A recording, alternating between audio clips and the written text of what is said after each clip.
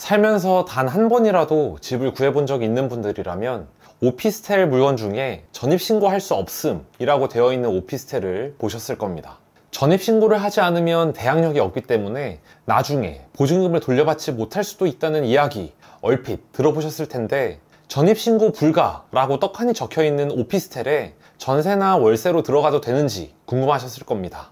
이번 영상에서는 오피스텔에서 전입신고를 금지하는 특약이 유효한 특약인지 알려드리고, 그러한 특약에 따라 임차인이 전입신고를 하지 않았을 때 임대인의 입장에서는 어떤 점이 유리하고 불리한지 말씀드리겠습니다. 그리고 오피스텔에서 전입신고를 금지하는 특약이 임차인의 입장에서 무엇이 좋지 않은지, 임차인이 불가피하게 전입신고를 하지 않고 업무용 오피스텔을 주거용으로 임차해야 하는 경우에 임차인이 차선책으로 취할 수 있는 조치들로는 무엇이 있는지 말씀드리겠습니다. 그러면 임대인 여러분과 임차인 여러분 모두 전입신고 금지 특약이 있는 오피스텔 문제와 관련하여 각자가 처한 상황에서 올바른 대처 방법을 배우실 수 있고, 이에 따라 굳이 겪지 않아도 될 불필요한 분쟁 상황을 예방하실 수 있을 겁니다. 먼저 오피스텔 전입신고 금지 특약이 유효한 특약인지 알아보겠습니다. 우리 주택임대차보호법 제3조 제1항에서는 임차인이 주택의 인도와 주민등록을 마친 때에는 그 다음날부터 제3자에 대하여 효력이 생긴다 라고 규정하고 있고, 제10조에서는 주택임대차보호법에 위반된 약정으로서 임차인에게 불리한 것은 효력이 없다 라고 규정하고 있습니다. 이렇게 전입신고 금지 특약이 유효한 특약인지 여부는 우리 주택임대차보호법 규정과 밀접한 관련이 있는데요. 오피스텔은 아파트나 빌라 같은 주거용 건물과 다르게 주거용과 업무용이라는 두 가지 용도로 나뉘기 때문에 업무용 오피스텔에서 전입신고 금지 특약이 유효한 특약인지 여부는 오피스텔이 주거용일 때와 업무용일 때로 나누어 살펴봐야 합니다. 먼저 주거용 오피스텔에서 전입신고 금지 특약은 유효한 특약일까요? 그렇죠. 정답은 무효입니다. 사람이 거주하는 용도로 만들어진 주거용 오피스텔에서 전입신고를 금지하는 특약은 앞서 말씀드린 주택임대차보호법 제10조, 제3조에 정면으로 위반되는 것이기 때문입니다. 반면에 업무용 오피스텔에서 전입신고 금지 특약은 유효한 특약일까요?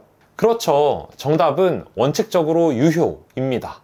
업무용으로 만들어진 업무용 오피스텔은 주민등록을 하기 위한 전입신고가 아니라 사업을 하기 위한 사업자 등록을 해야 올바른 용도로 이용하는 것이기 때문입니다.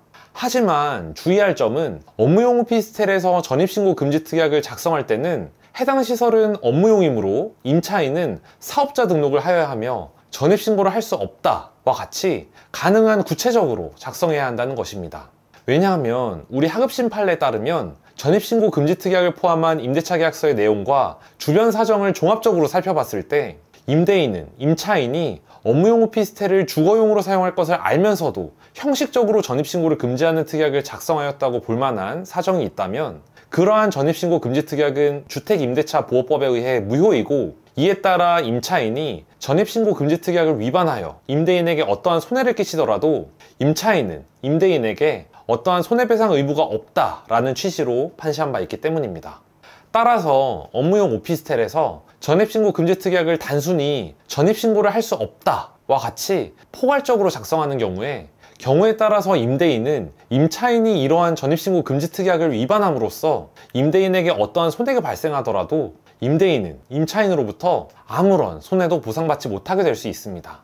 자, 정리하면 업무용 오피스텔에서 주거용으로 살 수 없다고 전입신고 금지 특약을 작성하는 것은 당연한 것인데, 이것이 문제가 되는 이유는 임대인은 임차인이 업무용 오피스텔을 주거용으로 사용할 것을 다 알면서도 전입신고 금지 특약을 작성하고, 이를 통해 임대인이 업무용 오피스텔을 업무용으로 유지함으로써 얻을 수 있는 혜택은 다 가져가면서 임차인은 주택임대차보호법에 의한 보호를 받지 못하게 하기 때문입니다. 그런데 업무용 오피스텔에서 임차인이 전입신고를 하지 않으면 도대체 임대인에게 어떤 좋은 점들이 있길래 업무용 오피스텔에서 전입신고 금지 특약이 문제되는 것일까요? 크게 두 가지 이유가 있습니다. 먼저 업무용 오피스텔은 말 그대로 업무용으로 제공되는 오피스텔이기 때문에 이를 소유하고 있더라도 주택수에 산입되지 않기 때문입니다. 1세대 1주택으로 2년 보유, 조정지역에서는 2년을 거주하면 양도세, 비과세 혜택을 얻을 수 있다는 이야기 들어보셨죠? 예를 들어 임대인이 업무용 오피스텔 외에 다른 주택을 한 채 갖고 있다면 이 업무용 오피스텔은 사무실이지 주택이 아니기 때문에 양도세, 비과세 혜택 조건만 갖추면 세금을 한 푼도 내지 않고 양도 차익을 그대로 가져갈 수 있습니다. 반면에 업무용 오피스텔이 임차인의 전입신고로 주거용 오피스텔로 취급되면 업무용 오피스텔은 임대인의 주택수에 산입되고 이에 따라 임대인이 기존에 한 채 이상의 주택을 소유하고 있었다면 추가로 주택수에 산입된 오피스텔로 인해서 각종 세금 혜택을 받지 못하게 될 수 있고 경우에 따라서는 중과세율을 적용받게 될 수도 있습니다. 두 번째 이유는 임대인이 오피스텔을 업무용으로 분양받았다면 분양대금의 10%에 해당하는 부가세를 환급받을 수 있기 때문입니다.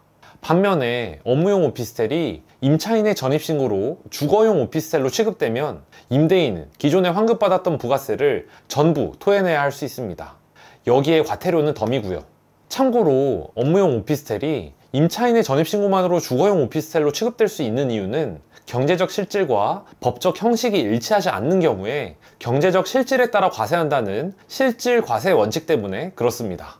쉽게 말하면 업무용 오피스텔인데도 그곳에 전입신고가 됐다면 공부상으로는 업무용 오피스텔일지라도 실질적으로는 주거용 오피스텔로 사용된다는 것이 확인된 것이기 때문에 과세할 때는 업무용이 아니라 주거용 오피스텔로 취급될 수 있다는 것입니다.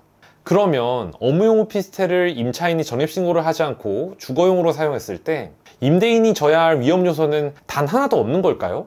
크게 세 가지 측면에서 그렇지 않습니다. 첫 번째는 임대인이 본격적으로 세금 혜택을 받을 때 업무용 오피스텔이 업무용으로 사용됐다는 것을 입증하지 못하면 각종 세금 혜택을 박탈당하고 과태료를 내야 할 수 있습니다. 임대인이 양도세, 비과세 혜택을 받을 수 있는 대상자라면 비과세 혜택을 받을 때 임대인이 실제로 1세대 1주택자인지를 여부를 판단받는 경우나 업무용 오피스텔의 임대인이 일반 임대사업자라면 10년간 그 지위를 유지했다가 임대사업자를 폐지하고 이를 매도하는 시점에 업무용 오피스텔에서 임차인이 사업자 등록을 한 적도 없고 세금계산서가 발행된 적도 없으며 부가세 신고를 한 적도 없어서 업무용 오피스텔이 실질적으로 업무용으로 사용됐다는 사실을 입증할 수 없다면 임대인은 각종 세금 혜택을 박탈당하고 분양시 환급받은 부가세를 토해내야 하며 과태료까지 내야 할 수 있습니다. 두 번째는 월세를 내지 않는 임차인을 내보내는 것이 어려울 수 있다는 것입니다. 공부상으로는 업무용 오피스텔인데 임차인이 이를 주거용으로 사용하는 상황이라면 임차인은 주택임대차보호법에 적용을 받는 임차인이 아니어서 임대인은 임차인이 차임을 연체하더라도 임차인에 대하여 주택임대차보호법에 근거해서 임대차 계약을 해지하고 명도소송을 제기하는 것이 어려울 수 있습니다.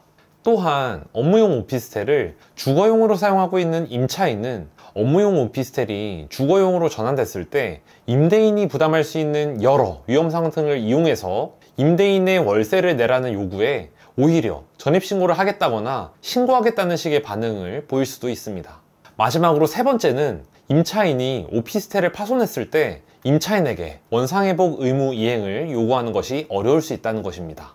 임대인의 세 번째 위험 요소도 두 번째 위험 요소와 마찬가지로 업무용 오피스텔을 주거용으로 사용하고 있는 임차인은 업무용 오피스텔이 주거용으로 전환됐을 때 임대인이 부담할 수 있는 여러 위험 상황 등을 이용해서 임대인의 원상회복 의무 요구에 순순히 응하지 않을 수 있습니다. 자, 이처럼 임대인은 임차인이 업무용 오피스텔을 주거용으로 사용한다는 것을 알면서도 전입신고를 금지하는 특약만 추가하고 임대차 계약을 체결하면 마치 임대인에게 전부 좋은 점만 있을 것 같지만 사실은 이런 경우에 임대인은 여러 위험 요소들을 떠안고 있을 수 있다는 점을 말씀드렸습니다. 그러면 업무용 오피스텔에서 임차인이 전입신고를 하지 않으면 도대체 임차인에게 어떤 점이 좋지 않길래 업무용 오피스텔에서 전입신고 금지 특약이 문제되는 걸까요? 크게 두 가지 측면에서 문제될 수 있습니다. 첫 번째는 전입신고를 요건으로 하는 대항력과 최우선 변제권을 확보할 수 없기 때문입니다. 대항력과 최우선 변제권을 확보하는 것이 중요한 이유는 임차인이 대항력과 최우선 변제권을 확보해두지 않으면 나중에 임대차 계약 기간이 종료되고 임차인이 보증금을 돌려받지 못한 상태에서 임차 목적물인 집이 경매로 매각되더라도 그 매각대금에서 보증금을 단 한 푼도 돌려받지 못하고 쫓겨날 수 있기 때문입니다. 두 번째는 연말정산 시에 세액공제 혜택을 받을 수 없기 때문입니다. 전입신고를 하고 매달 월세를 지불하면 연말에 세액공제 혜택을 받을 수가 있는데 전입신고를 하지 않으면 이러한 연말정산 시 세액공제 혜택을 누리지 못할 수 있습니다. 그런데 경우에 따라서는 이러한 위험 요소들에도 불구하고 업무용 오피스텔을 주거용으로 임차해야 하는 불가피한 사정도 있을 수 있다고 생각합니다. 그런 경우에 임차인분들이 취할 수 있는 조치들로는 무엇이 있는지 말씀드리겠습니다. 크게 4가지를 말씀드릴 수 있을 것 같습니다. 첫 번째는 보증금을 아주 낮게 설정하고 임차하는 것입니다. 보증금을 아주 낮게 설정하면 임대인의 입장에서는 임차인에게 보증금을 반환하는 것이 수월하고, 임차인의 입장에서는 보증금을 돌려받지 못하는 최악의 상황까지 대비하여 피해를 최소화할 수 있다는 장점이 있습니다. 두 번째는 전세권 보증보험에 가입하는 것입니다. 전세권 보증보험에 가입하는 것은 일단 임대인의 동의가 필요 없고 보증보험료를 내야 하지만 전세사고가 발생했을 때 보증금을 돌려받을 수 있다는 장점이 있습니다. 세 번째는 전세권 설정 등기를 하는 것입니다. 전세권을 설정하면 전입신고를 한 후에 확정일자를 받는 것과 동일한 효력을 가진다는 장점이 있는데, 임대인의 동의를 받아야 설정할 수 있고 보증금액에 따라선 전세권 설정 비용이 상당히 소요될 수 있다는 단점이 있습니다. 마지막으로 4번째는 보증금 상당의 근저당권 설정 등기를 하는 것입니다. 근저당권을 설정하면 임차 목적물인 집이 경매로 매각되더라도 그 설정 순위에 따라 우선 변제권을 확보해서 매각대금에서 보증금을 전부 또는 일부 보전받을 수 있다는 장점이 있습니다. 구체적으로는 임대차 계약서 작성 시에 근저당권을 설정한다는 취지의 특약을 삽입하고 근저당권 설정 계약서를 별도로 작성한 후에 등기까지 마쳐야 효력이 발생합니다. 하지만 3번째 전세권을 설정하는 방법이나 4번째 근저당권을 설정하는 방법은 모두 임대인의 동의가 필요하다는 점에서 현실적으로 실현되기는 어려울 수 있습니다. 왜냐하면 임대인의 입장에서는 부동산 등기부등본의 전세권 설정이나 저당권 설정 같은 흔적들이 남게 되면 업무용 오피스텔을 유지함으로써 얻을 수 있는 각종 세금 혜택 등을 받기 위해 과세당국이나 법원에 입증 자료를 제출할 때 이러한 흔적들이 임대인에게 전부 불리하게 작용할 수 있기 때문입니다. 자, 정리하면 업무용 오피스텔을 주거용으로 입주해야 하는 불가피한 사정이 있는 임차인분들도 계시겠지만, 제가 말씀드린 4가지 조치들은 어디까지나 차선책에 불과한 것입니다. 그래서 저는 법률 상담을 할 때마다 업무용 오피스텔의 임대인이시라면 그 용도대로 업무용으로만 임대하시고, 오피스텔을 주거용으로 사용할 임차인이시라면 업무용 오피스텔이 아니라 주거용 오피스텔을 임차하시라고 말씀드리고 있습니다. 그래야 임대인 여러분은 굳이 부담하지 않아도 되는 위험을 부담하지 않을 수 있고, 임차인 여러분도 주택 임차인으로서 주택임대차 보호법에 의해 권리를 온전하게 보호받으실 수 있기 때문입니다. 자, 이번 영상에서는 업무용 오피스텔의 전입신고 금지 특약이 유효한 특약인지, 임대인의 입장에서 어떤 점이 유리하고 불리한지에 대해 알아봤습니다. 그리고 업무용 오피스텔에서 전입신고 금지 특약이 있을 때 임차인의 입장에서 어떤 점이 유리하고 불리한지, 임차인이 취할 수 있는 대안에 대해서도 살펴봤습니다. 이번 영상에서 알려드린 내용들을 잘 이해하신다면 임대인 여러분과 임차인 여러분 모두 업무용 오피스텔을 주거용으로 사용할 때 발생할 수 있는 각종 분쟁 상황들을 미리 간접 경험하실 수 있고, 이에 따라 업무용 오피스텔과 관련하여 임대인분들은 임대하는 상황에서, 임차인분들은 임차하는 상황에서 현명한 결정을 내리실 수 있을 겁니다. 제가 제작한 업무용 오피스텔의 전입신고 금지 특약에 관한 영상을 보셨음에도 여전히 궁금한 점이 남아있으시다면 언제든지 댓글을 남겨주세요. 추후 댓글에 나온 질문들을 모아서 영상을 만들어 보겠습니다. 여러분의 구독과 좋아요는 제가 더 나은 영상을 제작하기 위한 큰 힘이 됩니다. 영상 내용이 좋으셨다면 구독과 좋아요 부탁드립니다. 바로 다음 영상으로 가시죠. 갓상은이었습니다.